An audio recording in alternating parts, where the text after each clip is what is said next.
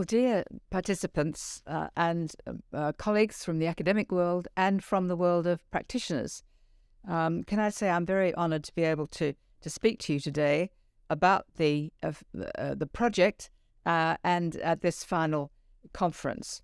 I would love, of course, to have been with you, and I'm sorry that I'm not, because I think it's really enormously important work, and I'll explain why I think it's so important. So can I begin, of course, by saying how pleased we are at the UN Refugee Agency to have been included in the International Advisory Board for the Project PROTECT. Over the last 3 years, we've learned a lot working to exchange views on what the challenges are for international protection and how to ensure that asylum systems are credible, effective, and in particular that they are fair, speedy, and transparent. It's also very important to us that the PROTECT as the project is part of the Global Academic Interdisciplinary Network, or the GAIN, because the GAIN is one of the mechanisms of the Global Compact on Refugees, and it really demonstrates why the scholarly research is so important to informing the policy work. But let me put things in a global context, and I really like often to start with the Refugee Convention itself in 1951, which was designed at that time to deal with about 2 million people who were described in Europe as being forcibly displaced. And we saw these critical provisions being state responsibilities under traditional international treaty law. Today, we are reporting well over 103 million people forcibly displaced, about 32 million of them refugees. We have more than 50 protracted conflicts globally and 16 active emergencies and more really emerging. We have never seen this level of movement of peoples, whether internally displaced within their own country or across national boundaries, seeking protection.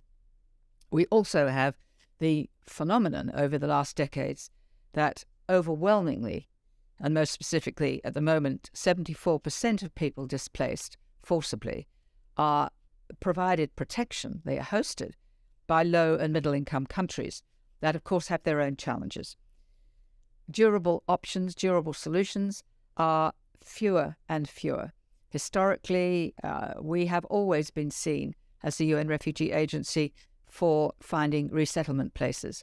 But in fact, the numbers of places are tiny. Fewer than 1% of refugees in need of resettlement are ever resettled. Returns to countries of origin are extremely difficult in the protracted conflicts that we see. Afghanistan, more than 40 years. Syria, its 12th year. 5-6 years for the Myanmar civil conflict, and of course the attacks on the Rohingya people, leading to nearly 1 million leaving and finding protection elsewhere, and others.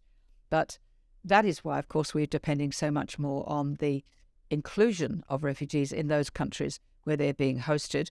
But that comes back to the point that they are hosted by poor and middle income countries, where that burden is a very significant one. And that brings us, of course, to the role of the Global Compact on Refugees. And what's exciting about that compact is that it builds on the state responsibility of the sovereign nation and expands the responsibility for a burden sharing and equitable burden sharing and responsibility sharing to civil society, to multi-stakeholder groups, religious groups, localization through communities, through the voice of refugee-led groups, and particularly women-led refugee groups. But we've seen a whole of society approach now through the Global Compact on Refugees, and it's come at a time of a great significance as the numbers of displaced have so massively increased, and as it's become imperative to place an emphasis on the need to ensure that the hosting countries are supported, and that there be, as I say, an equitable sharing of that responsibility to ensure that no one is left behind. Of course, civil society and their academia have a very key role to play. I've mentioned again, we believe that their work is going to be critically important as we try to ensure a North-South collaboration academically and to promote a South-South collaboration. And we really do hope that we see more visibility to the Sergio de Mello chairs beyond predominantly in Latin America, and we see them being picked up by scholars throughout the world. And that leads me then to the Global Refugee Forum.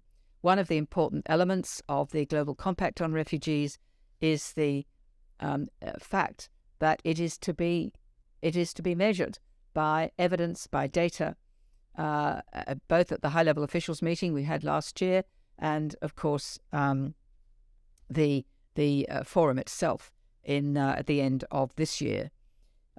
What we need to be able to show through the indicator report is that the principal objectives of the Global Compact on Refugees are being measured accurately, so that it's not an anecdotal response, but one where we know what the impact has been because we have objective evidence.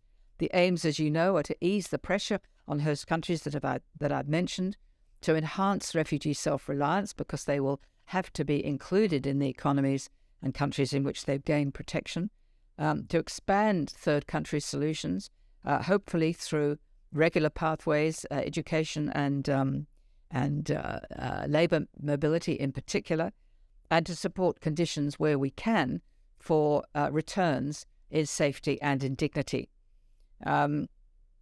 So we will have, by the end of this year, an indicator report that looks at various 15 major indicators to see whether the evidence can demonstrate what we hope it will believe, and I believe will demonstrate, that there has been a level of equitable sharing of responsibility. It's not going to be perfect, but that is why we need the scholarship and the data from the on-the-ground field operations to ensure that we can report to our supporting states and to the wider global community that the compact is a mechanism, non-legal, voluntary, but is a mechanism that is effective in delivering the fundamental principle of equitable sharing.